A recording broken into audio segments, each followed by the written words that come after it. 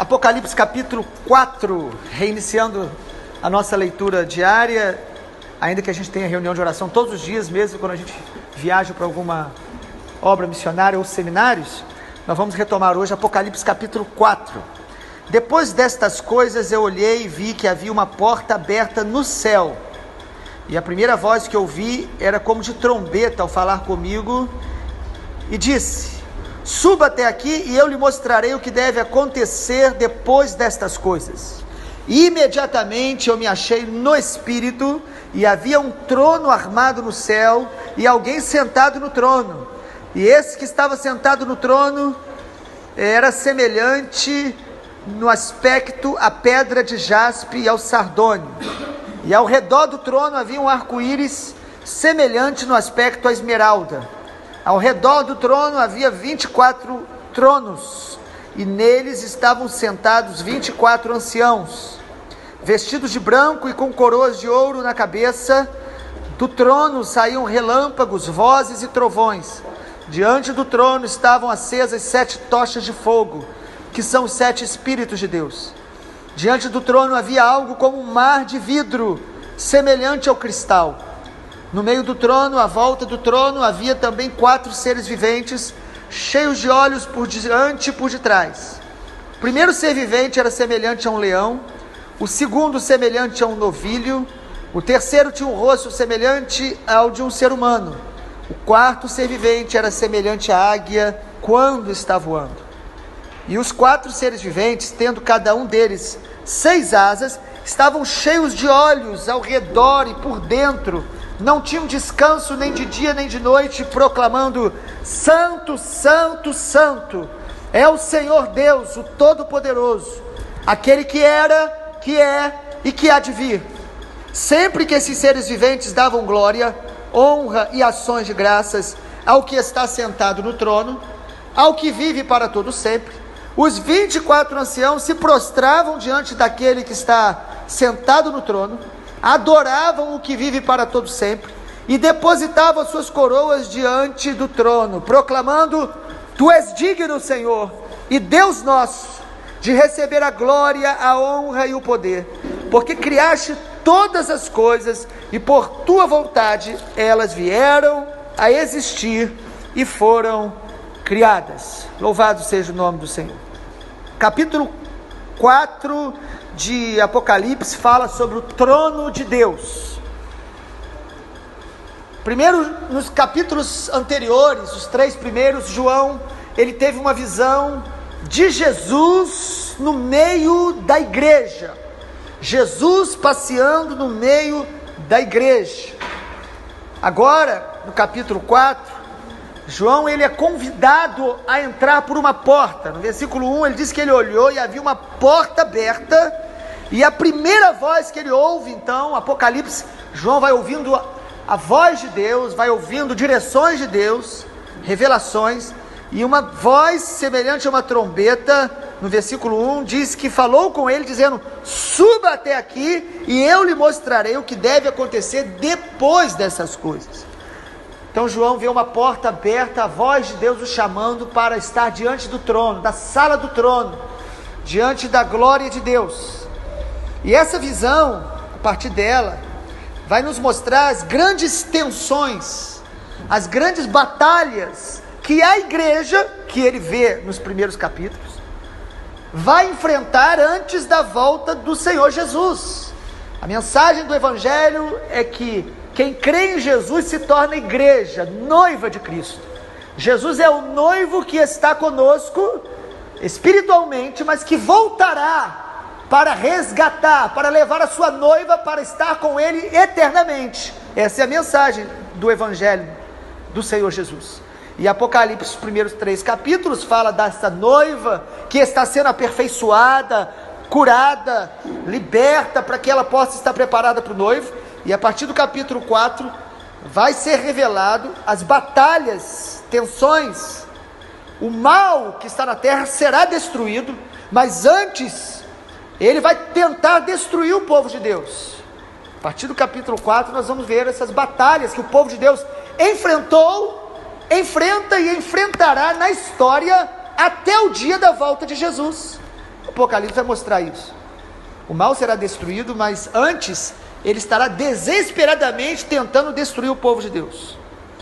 E para a gente vencer as tribulações que temos e as que virão, e a maneira que a igreja venceu as tribulações no passado, tem que ser a partir da ótica do capítulo 4 de Apocalipse. Qual é a ótica do capítulo 4?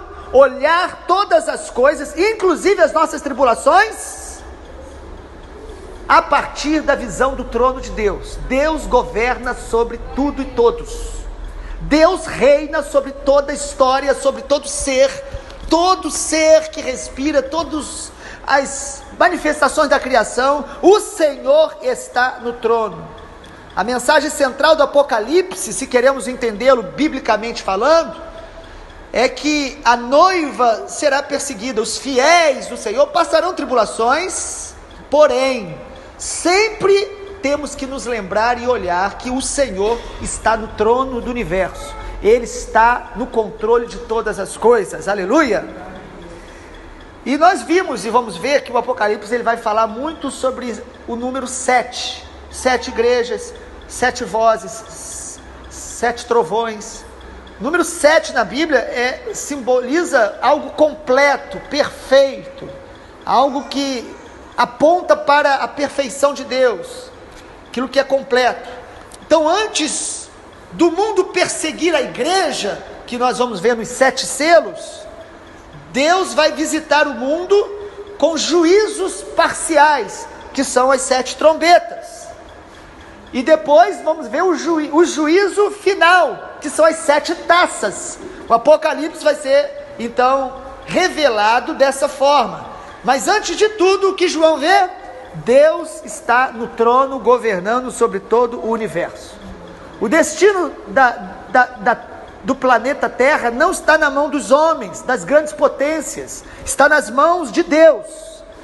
Hoje é um dia no Brasil importante, alguns julgamentos que estão acontecendo vão definir a punição ou às vezes a absolvição, não só de um político ou um partido, mas às vezes de todo um sistema de pessoas que estão tentando pela força da justiça se livrar de impunidade, de corrupção, de crimes graves que a nossa nação tem presenciado, e nós oramos para que a justiça de Deus venha, e nós não sabemos os resultados, porque enquanto estivermos na terra, estaremos debaixo de imperfeições, incoerências. Deus permite, porém nós sabemos uma coisa: o Senhor está no trono, governa sobre tudo, e independente do que será votado hoje, o Senhor reina sobre toda a terra. Precisamos lembrar sempre disso. No Novo Testamento, pelo menos 67 vezes fala do trono de Deus. Só no Apocalipse, 12 vezes fala do trono de Deus. Só no Apocalipse 4 vezes fala do trono de Deus. João, antes de ver os dramas da história, ele vê o trono de Deus, contempla o trono de Deus. Se nós ficarmos olhando para a vida nossa pessoal, para a vida humana, apenas para as calamidades, lutas, injustiças, traições, dores, nós desfalecemos. Nós precisamos olhar para a vida sempre vendo tudo, antes vendo o trono de Deus, vendo o governo de Deus, vendo a soberania de Deus, porque é dessa forma que nós vamos enfrentar as coisas, com a graça de Deus, com a alegria de Deus, com a paz de Deus, que excede a todo entendimento, sabendo que o Senhor está no controle de tudo. Quando João vê o trono, primeiro, o texto mostra que João viu o Senhor assentado no trono, o Senhor glorioso. Ele vê a glória de Deus, ele tenta descrever Deus, mas ninguém consegue descrever Deus. Em Deuteronômio 4, o Senhor diz: eu não apareci em forma alguma para vocês, Israel, para que vocês não tentem construir uma imagem e assim seja uma abominação e vocês se destruam, porque Deus não se revela numa imagem, Deus não se revela de uma forma que o possamos descrever. Quando João tenta falar da glória de Deus que ele está vendo, ele apenas compara.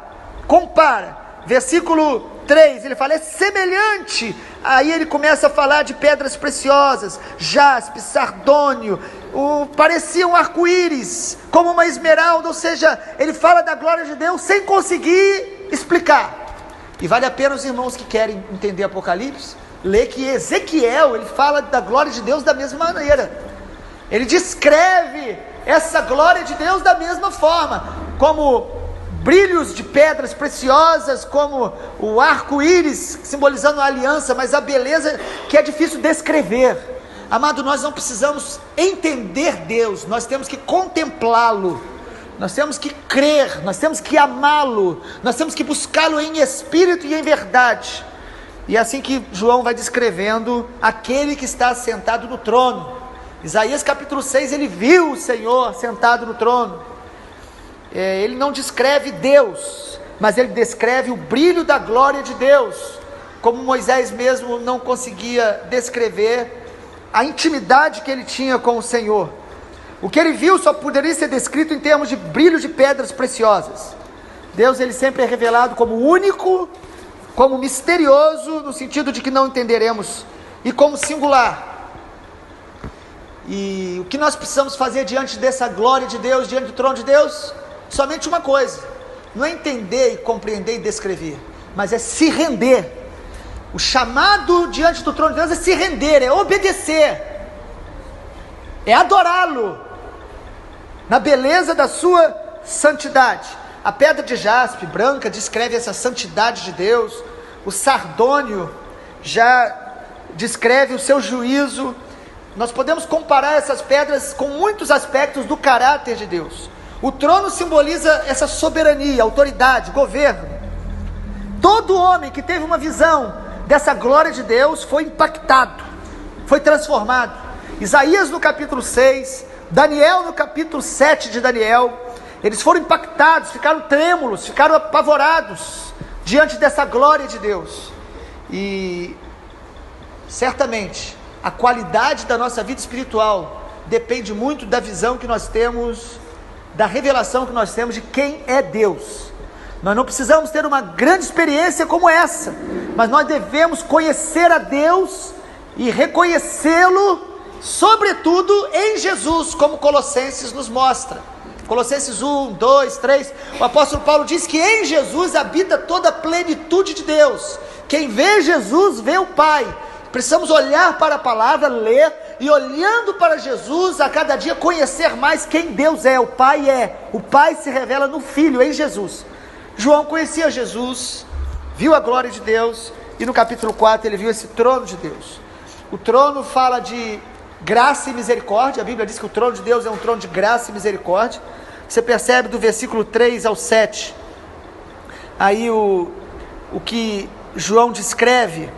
Ele fala sobre essa glória de Deus, mas ele começa a falar dos seres que estão ao redor, assentados ali, 24 anciãos, que do versículo 5, do trono saíam relâmpagos, vozes e trovões, tochas estavam acesas, e os 7 Espíritos de Deus. Quando a gente lê sobre esses seres, a gente fica querendo entender que seres são esses.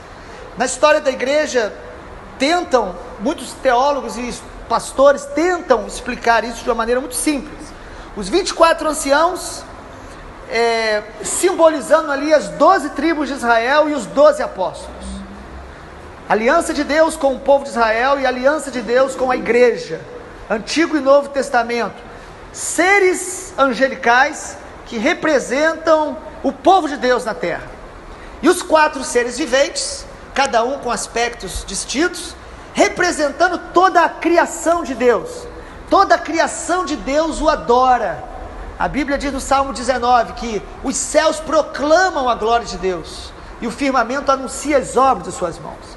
Então fala aí da águia quando está voando, um ser vivente semelhante ao novilho, outro ser vivente semelhante ao leão e um semelhante ao homem.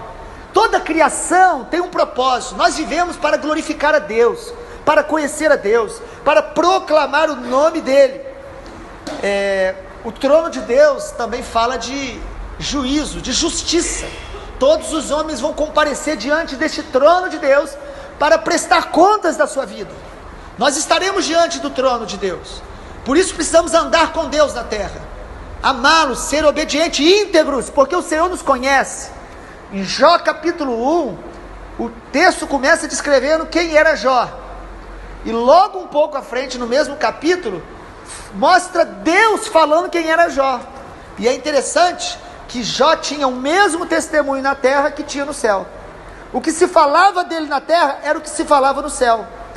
No dia do juízo, amado, nós não seremos julgados pelo que falam da gente aqui na terra, porque diante dos homens podemos ser pessoas aparentemente boas, aprovadas e justas e íntegras, mas no dia do juízo todos nós prestaremos contas de quem somos quando ninguém nos vê, o trono de Deus. Por isso o texto fala aí sobre esses seres com 7 olhos, ou olhos por dentro e por fora, revelando que os céus enxergam todas as coisas.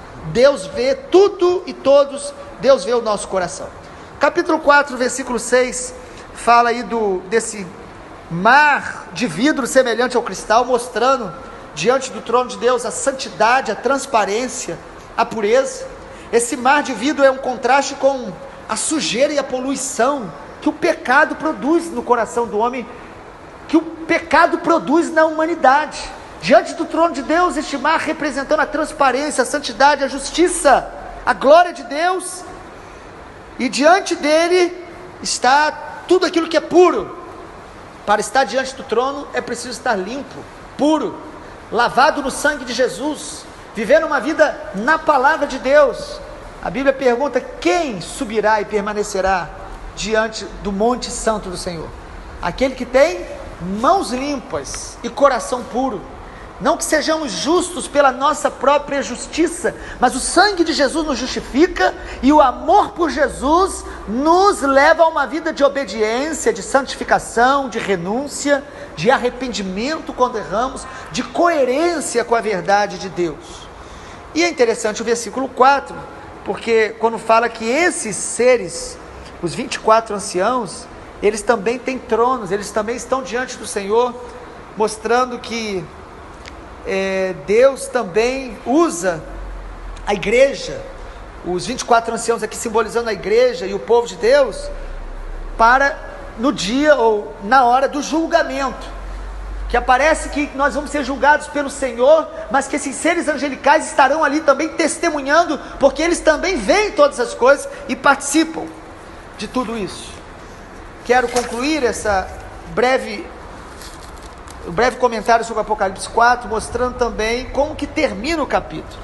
No versículo 6 diante, mostra que tanto os 4 seres viventes, no versículo 7 e 8, como os que são os 24 anciãos, eles têm uma postura diante do trono de Deus. E qual é a postura?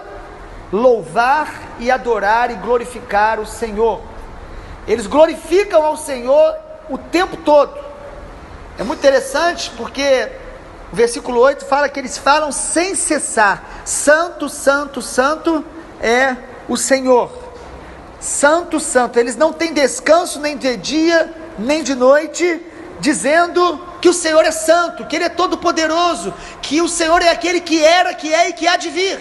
Quem está diante do trono, quem enxerga a soberania de Deus, amado, tem um coração adorador, tem um coração que glorifica a Deus, não pelo que Ele faz, mas por quem Ele é.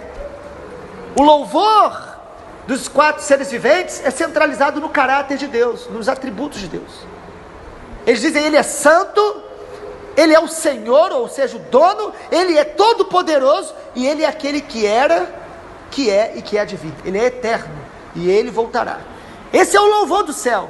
O céu não é um lugar silencioso, é um lugar de adoração, de glória, de louvor. Por isso, quanto mais cheio do Espírito Santo, mais nós somos adoradores. E quanto mais nós estamos murmurando, é um sinal de que o nosso coração está se distraindo do foco de olhar para o trono de Deus, para a soberania de Deus. Por mais que o país, por mais que nós mesmos, a nossa família, passe por momentos difíceis, quem olha para o trono estará cheio de adoração no coração. Louva, glorifica, adora. E essa honra, essa glória, ela é o que Deus espera da igreja, espera de nós. O Apocalipse está cheio de cânticos e cheio de exaltação. Às vezes a gente lê o Apocalipse e se centraliza em personagens excêntricos e que é de difícil explicação. E esquecemos de ver que a essência do Apocalipse é um chamado para toda a humanidade. Adorar a Deus em todos os tempos, enfrentar as provas glorificando ao Senhor, sabendo que Satanás e os seus demônios, eles têm um direito de tentar, de produzir grande sofrimento na terra, direito dado pelo pecado do homem, mas que o Senhor está no trono e que nós devemos adorá-lo, glorificá-lo, nos santificar e aguardar a vinda de Jesus todos os dias, através de um estilo de vida de um verdadeiro discípulo. E assim, concluindo o capítulo 4, termina com um outro cântico, e aí os 24 anciãos adorando.